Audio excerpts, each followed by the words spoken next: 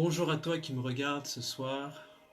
Je fais cette vidéo pour parler à tous mes contacts sur Facebook. Toutes les personnes qui me regardent, tous mes contacts sur Facebook, c'est à vous que je parle en ce moment. J'aimerais en fait vous dire quelque chose de très important. J'aimerais en fait vous dire pour quelle raison je fais cette vidéo. C'est très important. C'est un sujet très important, c'est un sujet d'actualité. Je le fais pas juste pour faire une vidéo. C'est pas ça qui m'intéresse. Je le fais vraiment en fait pour vous dire quelque chose d'important. Vous avez vu cette épidémie, c'est horrible tout ce qui se passe dans le monde.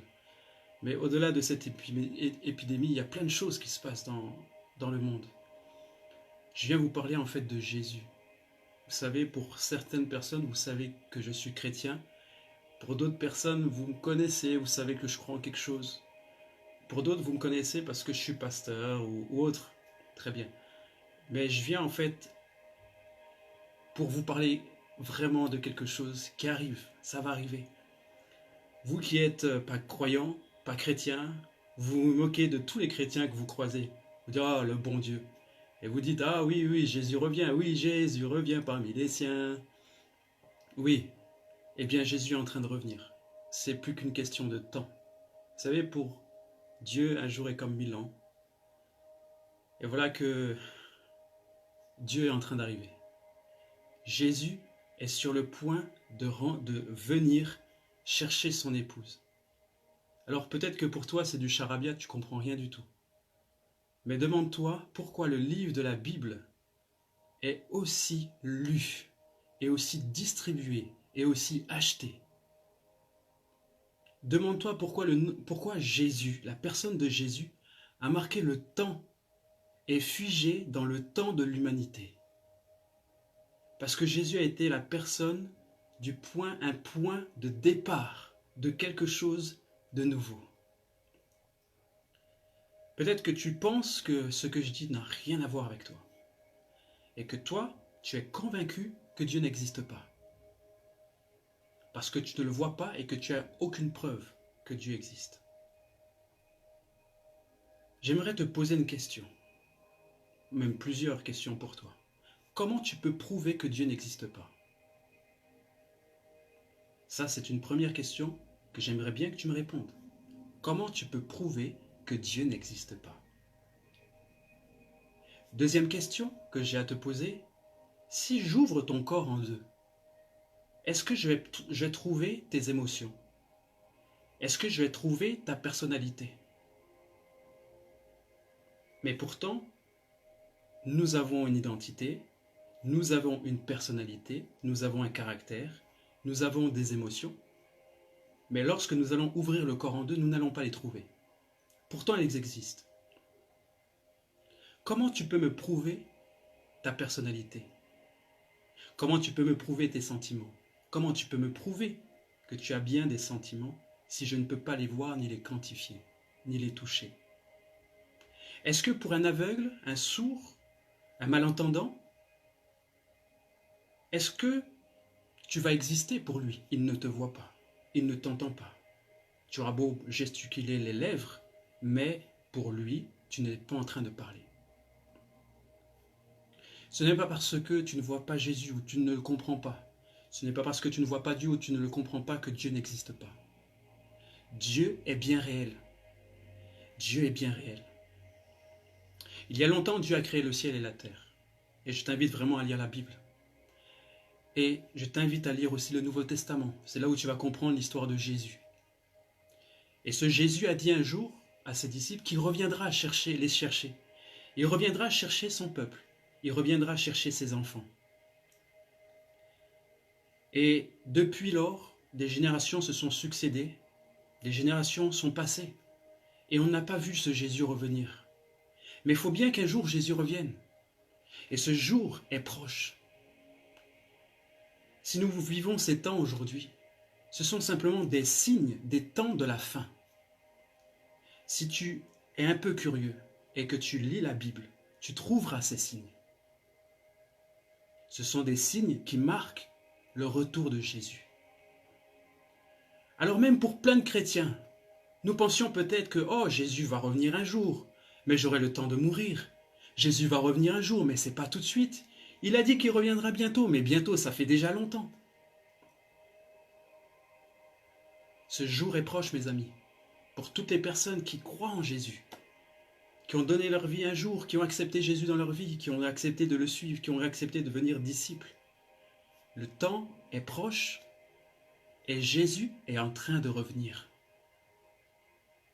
J'invite toutes les personnes à mettre leur vie en règle devant Dieu, à se préparer. Vous savez la parabole des 10 vierges, où il y avait 5 folles et 5 sages, et lorsque le roi des rois est arrivé, il a trouvé 5 folles et qui étaient endormies, qui se sont réveillées brusquement et qui n'avaient pas de quoi laisser leur lampe allumée.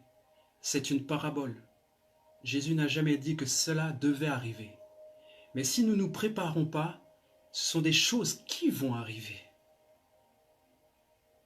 Mon ami, je fais cette vidéo non pas pour te faire peur, mais que tu prennes conscience que Jésus est en train d'arriver et que tu peux maintenant saisir ces temps particuliers pour te préparer. Prépare-toi au retour de Jésus. Prépare-toi au retour de Jésus.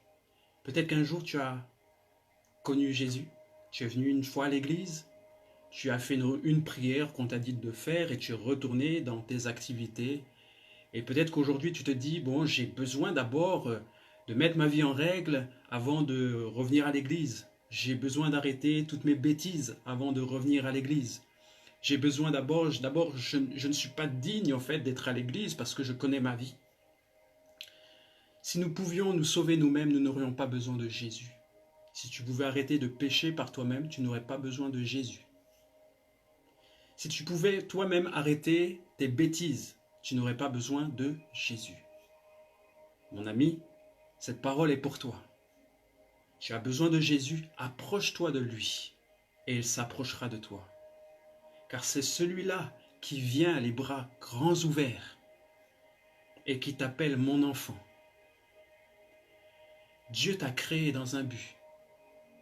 Dieu t'a créé dans un but et dans cette génération.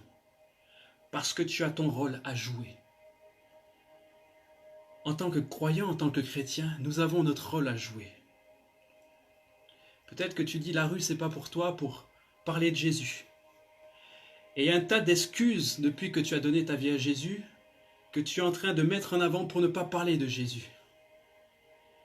Tu fais circuler des messages et tu te dis au moins j'ai fait ma part. Témoigne de Jésus. La Bible dit que celui qui a honte de lui, Jésus aura aussi honte de lui devant le Père. N'aie pas honte de ce Jésus qui a sauvé ta vie. Si tu n'arrives pas en fait à témoigner, on te demande aujourd'hui de témoigner sur les réseaux, tu n'y arrives pas. On met des challenges en place pour te motiver, tu n'y arrives pas. Partage cette vidéo autour de toi. Partage-la non pas pour la popularité, non pas pour ces choses-là, mais que le message soit véhiculé. Il faut que les gens prennent conscience que Dieu est en train de préparer le retour de Jésus sur la terre. Les temps vont devenir différents. Vous savez, nous croyons que oui, en tant que chrétiens, nous pensons que c'est juste un temps, c'est juste ce confinement, c'est juste ce temps qui arrive. Après, ça va passer, tout va redevenir normal. C'est faux. Tout ne pourra plus être pareil. Les temps vont s'accélérer. Les temps vont s'accélérer. Il y en a qui parlent du nouvel ordre mondial et de toutes ces choses qui arrivent. Si nous parlons déjà des temps, des signes de la fin, c'est parce que l'Antéchrist est déjà parmi nous. L'Antéchrist va prendre son rôle. Et toi, chrétien, que vas-tu faire? Quel est ton choix? Que vas-tu faire pendant ces temps? Prépare-toi. Prépare-toi parce que Jésus revient. Jésus revient. Il revient parmi les siens pour prendre les siens. J'aimerais te parler à toi qui m'écoutes. Tu penses que Jésus est une religion. Et tu te dis, j'ai déjà ma religion.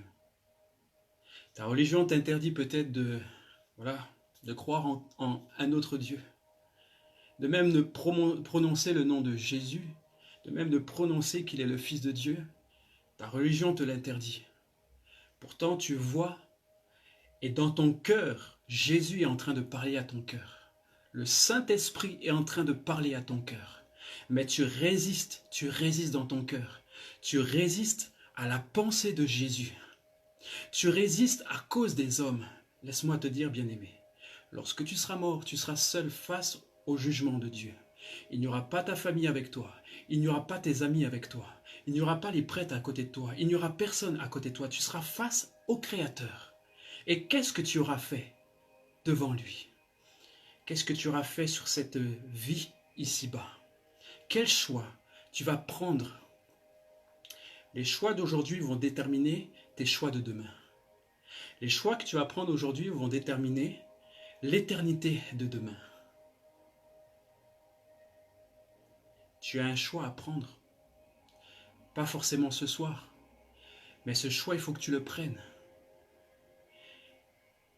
Quel que soit ce que tu penses et que tu as toujours pensé, tu peux te persuader toi-même que Dieu n'existe pas. Tu peux te persuader toi-même que ce que je dis est faux. Tu peux te persuader que ce que je dis, je suis complètement fou. Mais à l'instant même où tu vas te dire ces choses-là, une pensée incessante va parler à ton cœur.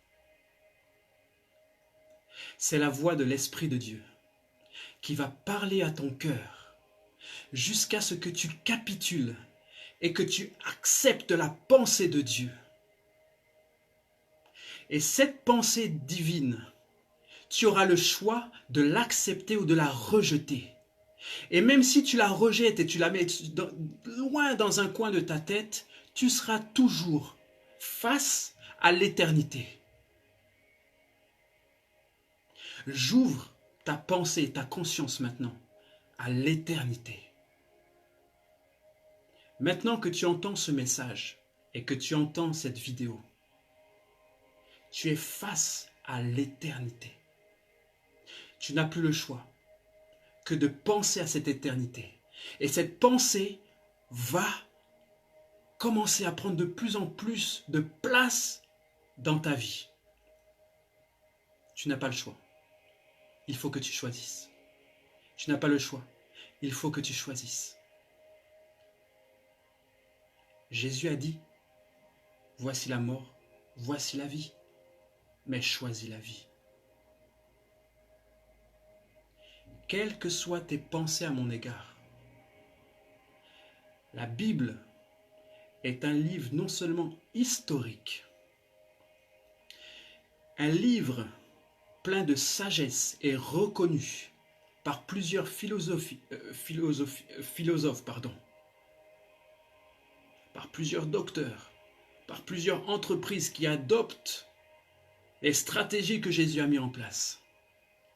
C'est un livre que si tu as entre tes mains, tu ne seras pas capable de le jeter. Parce que ce livre a quelque chose en rapport avec toi. Il t'explique d'où tu viens, ce que tu fais sur la terre et où est-ce que tu vas. C'est ce que je voulais te dire ce soir.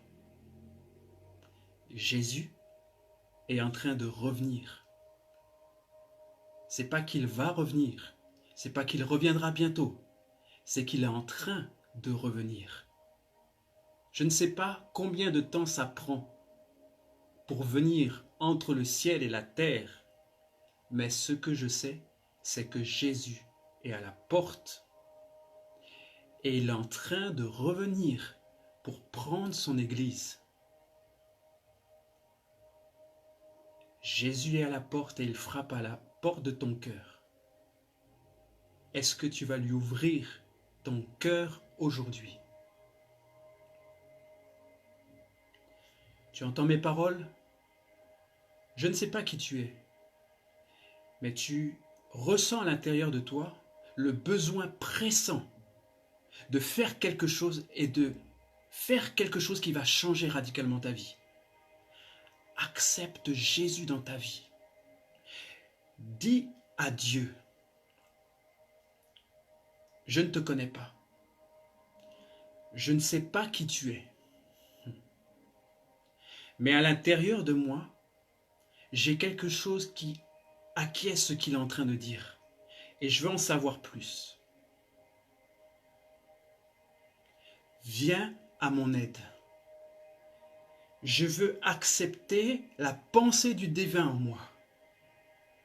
Je veux accepter de suivre Jésus. Alors dis simplement à Dieu. Laisse Jésus entrer dans ton cœur, dans ton esprit.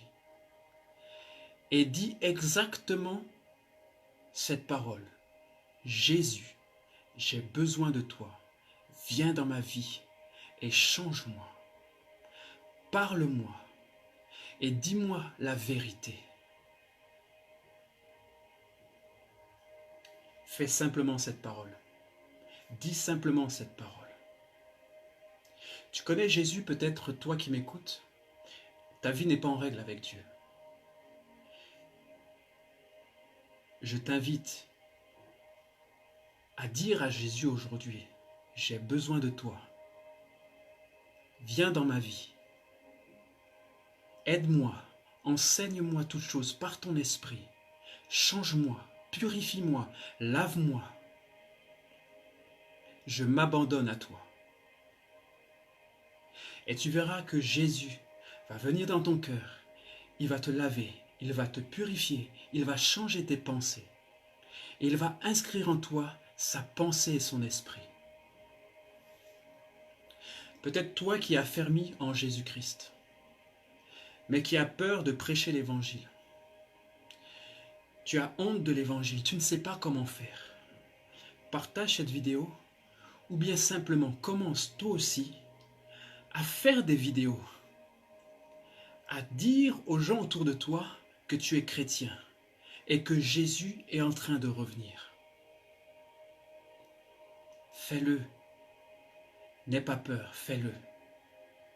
Tag-moi si tu veux dans ta vidéo, je viendrai t'encourager. Fais-le. Ne remets pas à demain ce que tu peux faire aujourd'hui. Car Jésus va revenir et peut-être il sera trop tard. J'aimerais parler à des personnes qui sont malades aujourd'hui. Et j'ai une pensée particulièrement à toutes ces familles qui souffrent du deuil de quelqu'un à cause de ce virus. J'aimerais que tu puisses tourner tes regards à Jésus. Que tu puisses tourner tes regards à Jésus et que tu crois que Dieu peut te guérir. Croire que Dieu est capable de sortir ton mari, ton épouse, ton oncle, ta tante, ta grand-mère, ton frère de cette situation de maladie. Et je ne parle pas que de ce virus. Je parle également de toutes sortes de maladies. Tourne tes regards à Jésus aujourd'hui. Tourne tes regards à Dieu. Crois-y de tout ton cœur. Crois que Dieu est capable de faire un miracle. Mets en lui toute ta confiance et soupire après lui. Demande à Dieu si tu existes vraiment. Fais ce miracle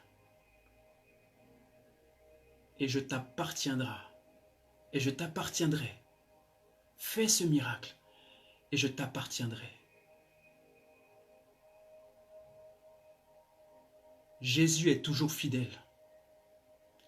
Mais est-ce que toi tu seras fidèle à ce que tu vas dire à Dieu?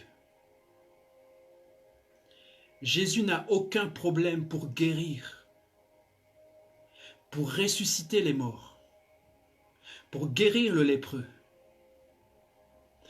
Lorsque les médecins disent que c'est impossible, Jésus est capable de faire des choses extraordinaires. Jésus n'a aucun problème. Mais est-ce que tu vas tenir ta parole? Dieu voit ton cœur. Dieu est assis dans le présent. mais il a un pied dans le passé et un pied dans le futur. Et lorsque tu parleras à Dieu, lorsque tu lui diras cela, il va pencher du côté et il va regarder dans le futur. Est-ce que ton cœur est sincère? Tu peux nous tromper, tu peux tromper les hommes, tu peux nous mentir, être faux avec nous, mais tu ne pourras jamais tromper Dieu, ni être faux avec lui. Et Dieu va pencher son regard vers le futur et va regarder si ton cœur est sincère. Tu veux que Dieu soit de ton côté et Dieu veut que tu sois de son côté. Fais le bon choix aujourd'hui. J'aimerais parler à toutes les personnes aujourd'hui, tous les individus du corps de Christ, tous les chrétiens. L'heure est à la prière. L'heure est à la prière pour les âmes perdues. 2 Chroniques 7, 14 dit, « Si mon peuple prie et s'humilie et me cherche, je l'exaucerai des cieux et je guérirai son pays. » Il ne parle pas de ta maison, il ne parle pas du pays, juste de ton foyer, il parle de la nation, il parle du pays.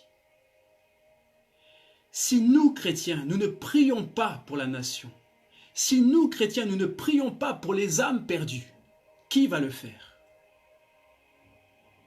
Qui va prier pour les âmes perdues? La moisson est prête, mais il y a peu d'ouvriers. On a besoin d'ouvriers pour semer le grain dans la prière, dans l'intercession. On a besoin d'ouvriers pour semer le grain, pas forcément pour le récolter, mais on a besoin d'ouvriers pour semer le grain. Lorsque tout le monde dort, lorsqu'il n'y a personne dans les champs, lorsque personne ne te regarde, on a besoin de toi. Prie pour ton foyer, prie pour ta maison, prie pour ta famille, prie pour ton voisin, prie pour tes ennemis. Prie pour les âmes, ils ont besoin d'être sauvés. L'heure est proche, Jésus revient. Aucune âme ne mérite le châtiment de la mort éternelle et de l'enfer. Aucune âme ne mérite le châtiment de la mort et de l'enfer. J'appelle tous les chrétiens à prier secrètement Dieu et à implorer la grâce de Dieu pour une moisson, pour que les âmes se tournent vers Dieu. Et nous savons qu'avant le retour de Jésus, il y a un réveil mondial qui arrive. Parce que le souhait de Dieu, c'est de sauver tous les hommes.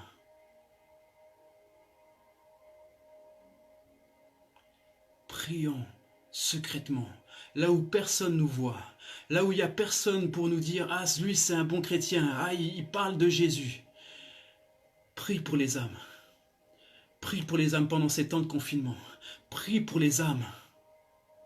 Parce que demain, lorsque on ira dehors, nous allons prêcher l'évangile avec force et puissance. Et c'est la qualité de nos prières qui va déterminer la qualité de notre moisson. C'est la qualité de notre grain, de la façon où nous allons le planter qui va déterminer la moisson et la qualité de la moisson. Nous ne voulons pas des personnes qui viennent à l'église et qui repartent.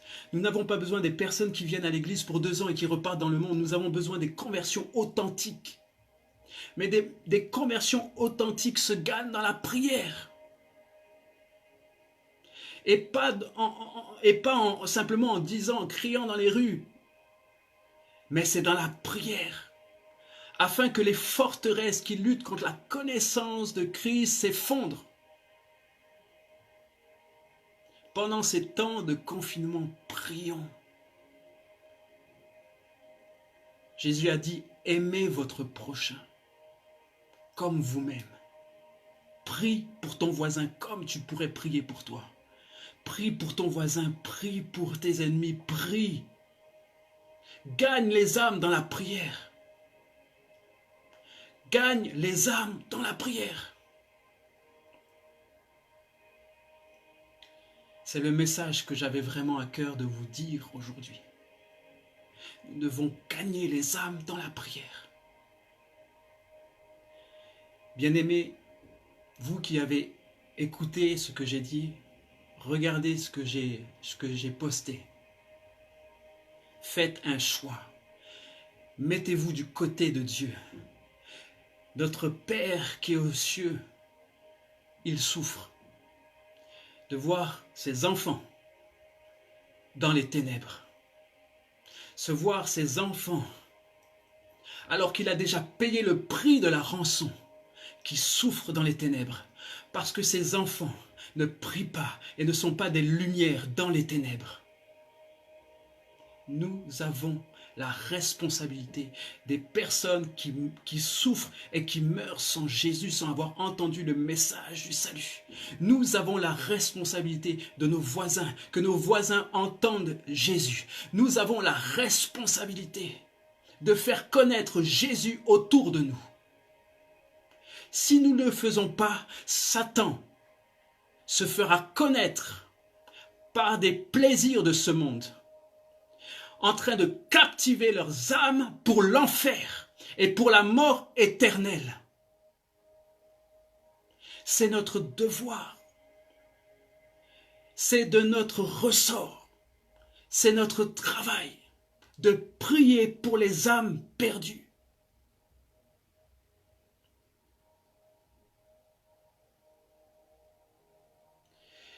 Bien-aimés, il n'est pas trop tard pour prier et commencer à prier sérieusement pour le salut de la nation, pour le salut de ta ville, de ton quartier, pour le salut de ta famille.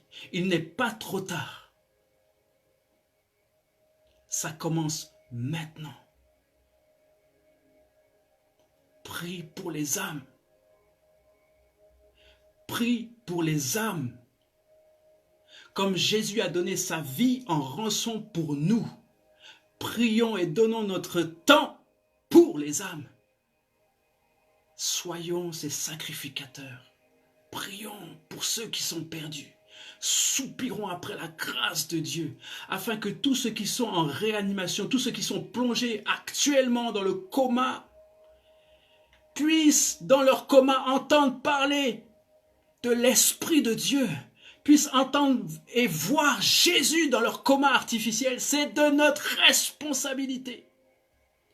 Par la prière, nous pouvons tout changer. Prions pour un miracle dans les hôpitaux. Prions pour que ces malades soient guéris. C'est de notre responsabilité.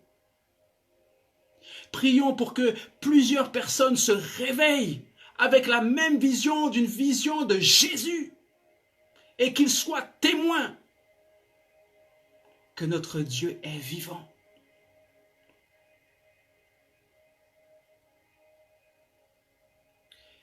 Dieu est bien réel. Jésus est bien réel. Et son esprit est bien réel.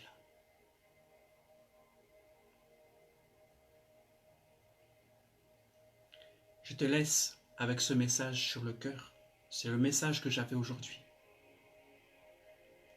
C'est ce message que j'avais pour toi aujourd'hui. Nous devons prier pour les âmes. C'est le temps. Jésus est là. Jésus est là. Jésus est en train de revenir. Prie pour les âmes. Laisse tes causes temporaires de côté. Prie pour les âmes.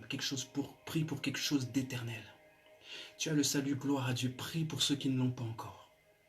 Laisse tes choses temporaires. Jésus est celui qui prendra soin de toi. Jésus prend soin de ses enfants. Jésus prendra soin du manger et du boire. Jésus te prendra soin de de quoi tu vas te nourrir, de tes besoins. Jésus prend soin de tes besoins. C'est le temps de prier pour des choses éternelles. Pour tes enfants qui ne sont pas encore allés à l'évangile, le temps est proche. Pour tes amis qui ne sont pas encore à l'évangile, pourtant tu dis que ce sont tes amis, mais prie pour eux. Pour tes frères et sœurs, ta famille, prie pour eux. Le temps est proche. Nous devons prier pour les âmes perdues. Jésus est en train de revenir. Bien-aimés, c'est avec cette pensée que je vous laisse. Prions ensemble et nous verrons ensemble la gloire de Dieu en France. Parce que le réveil arrive en France. Le réveil arrive en France. Mais il passe par nous. Alors réveillons-nous. Il passe d'abord par ses enfants. Réveillons-nous. Nous devons être réveillés pour que la France se réveille. Réveillons-nous. C'est le moment.